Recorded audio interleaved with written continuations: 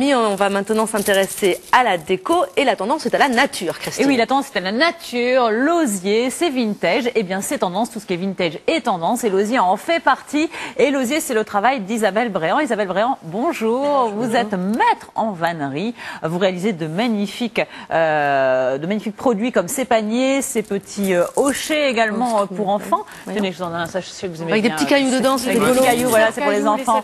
Alors, première question que j'ai envie de vous poser, l'osier, ça provient de où au départ? Donc l'osier, c'est le rejet annuel de saules. Donc nous, on a différentes variétés de saules qui vont bien pour la confection de vannerie, quoi. Il y a des saules qui sont très cassants et nous, on a des dizaines de variétés qui vont bien et notamment, moi, j'en ai deux qui me conviennent bien.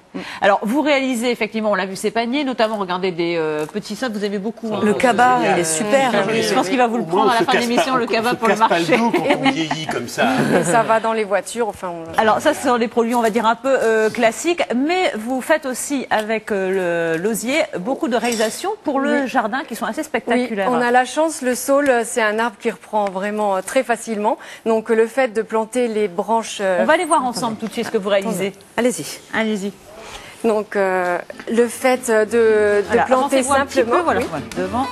Voilà, donc là, réalisez, voilà, on a différentes tailles. Voilà, les rejets poussent sur différentes longueurs. Donc, ça va jusqu'à des hauteurs de 2 mètres 83 mètres pour une même année. Donc, ces brins, on les plante directement en terre. Donc, en fait, c'est des branches tout simplement, sol, en fait, qui sont plantées en terre et qui vont après reformer leurs racines dans les pots, en l'occurrence. C'est ça qui est intéressant, en fait, c'est qu'en fait, le fait de replanter les branches dans la terre, elles vont reprendre racine et on a de nouveau une nouvelle pousse. On le voit ici, ça commence tout juste. Là, c'est le printemps qui arrive. Et là, ici, vous avez juste des petites feuilles qui commencent à arriver, mais en pleine saison, ça descend en dégradé. Et par exemple, les 3 anneaux sont donc on a de magnifiques totalement structures végétales qui peuvent orner les balcons, les jardins.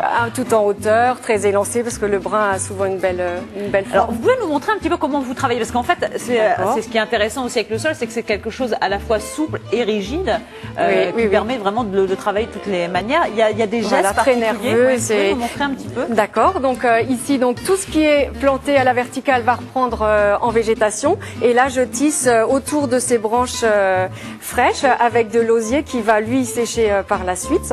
Mais du coup, là, ici, je réalise un point, on appelle ça de la super. Donc, en fait, vous entrelacez les branches. Oui. Ah, bah, tiens, celui-là, il va pas aller. Il est pas bon, celui-là. Mais il est un peu trop fin, donc c'est vrai qu'on calibre les choses. Donc voilà, il y a une position. En fait, toujours... Et ben non, c'est vraiment une matière qui est impressionnante. Quand on apprend, on se dit bah ça va pas le faire, bah si ça le fait. Donc en fait, c'est un travail de treillage en fait autour des branches de saule.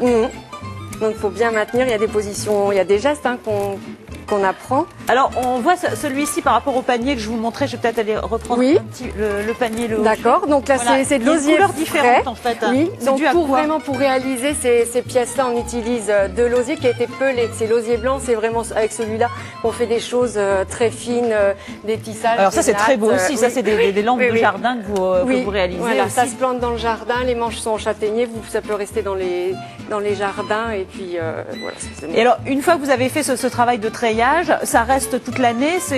Donc oui, donc on est un petit peu gonflé de ne pas l'avoir coupé parce que il y a une bonne demande en eau. Donc la première année bien arrosée pour que les racines puissent se former et après vous le laissez dehors parce que c'est du saule et que le saule ça reste dehors comme un cerisier, un pommier l'hiver. Alors si on veut connaître votre travail, il faut signaler que vous serez à partir de demain au Salon Tendance Habitat à Lille, qui se tient à Lille Grand Palais pendant 3 jours jusque lundi. Donc là on pourra voir un peu plus de réalisation de votre travail.